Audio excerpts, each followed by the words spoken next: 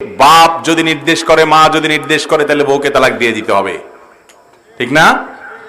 আমাদের সমাজে যত তালাক হয়, যত বিবাহ ভাঙে, যে সমস্ত ভাইয়েরা বোনেরা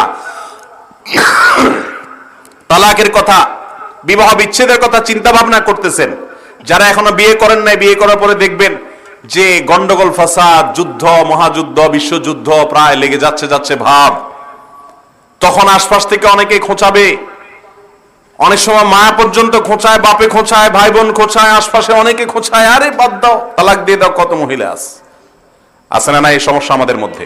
ভাইরা আমার, ভালো করে শুনে রাখেন, অনেক মহিলা আছেন, তাদেরকে একটু বেশি ফুসলায়, ইবলিসও ফুসলায়, মানুষ শয়তানেও ফুসলায়, ইবলিস শয়তানেও ফুসলায়, মানুষ শয়তানেও ফুসলায়। তথাকথিত নারীবাদীদের অনেকে এই নারীবাদের স্লোগানের নাম দিয়ে অনেকে আমাদের মা বোনদেরকে উস্কায়, ছেড়ে দাও স্বামীর সংসার, নিজে পরিশ্রম করে পায়ে দাঁড়াও, স্বাধীন হও, মুক্ত হও, একজনের গোলামি ছেড়ে হাজার মানুষের গোলামি করো, এই তাদের স্লোগান দিয়ে তারা বের করে। ভাইরা আমার, হাজার হাজার মানুষের অভিজ্ঞতা আমার কাছে আছে, শত শত নয়, হাজার হাজার মানুষের। আমার অভিজ্ঞতা বলে, আমাদের দেশের প্রেক্ষাপটে, অন্য দেশে কথা বলতে পারবো না, বাংলাদেশের মানুষ বা বাঙালি, আমরা তালাক দেওয়ার পর, স্বামী স্ত্রীর মধ্যে সম্পর্ক ছিন্ন হওয়ার পর, শতকরা আমার মনে হয়, আমার ধারণা 90% বেশি হবে মানুষ বিবাহ বিচ্ছেদের পরে একটা সময় বুঝে যে তারা সিদ্ধান্তটা ভুল নিয়েছে, তাদের সম্পর্কটা ভাঙা উচিত হয় নাই, আবার জোড়া লাগাইতে চায়, হুজুরের কাছে এটা মাসালা জিজ্ঞেস করে, হুজুর তালাক তো হয়ে গেছিল, আমরা দিয়ে দিয়েছিলাম, 3 কথা বলে ফেলছিলাম, এখন নেওয়ার কোন রাস্তা আছে কিনা? এই সমস্যা আছে না নাই?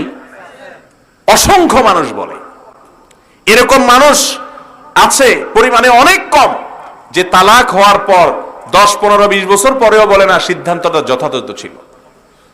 বিশেষ করে আমার বোনদেরকে বলবো, বোন আমার, যারা আপনাকে ফুসলায়, স্বামীর কোন ত্রুটি বিচ্ছুতির জন্য সংসার থেকে বের করতে চায়, আমি আপনাকে বলবো সবর করেন।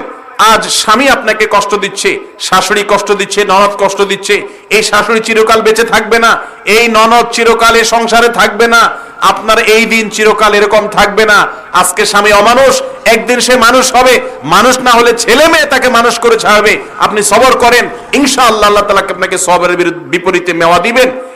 আর যদি সবর করার মতো সুযোগ না থাকে, দ্বীনি কারণেও সম্পর্ক ছিন্ন করতে হয়, তারপরেও বিদগ্ধ, বিচক্ষণ, অভিজ্ঞ পণ্ডিত কোনো একজন বা একাধিক আলেমের সাথে আপনার পুরো কেসকে তাদের সামনে বলে, তাদের কাছ থেকে কেস স্টাডি করার পর তারা যে সিদ্ধান্ত নেবেন সেটাকে গ্রহণ করেন, ইনশাআল্লাহ বিইذনিল্লাহ আপনার আফসোস করতে হবে না, লজ্জিত হতে হবে না।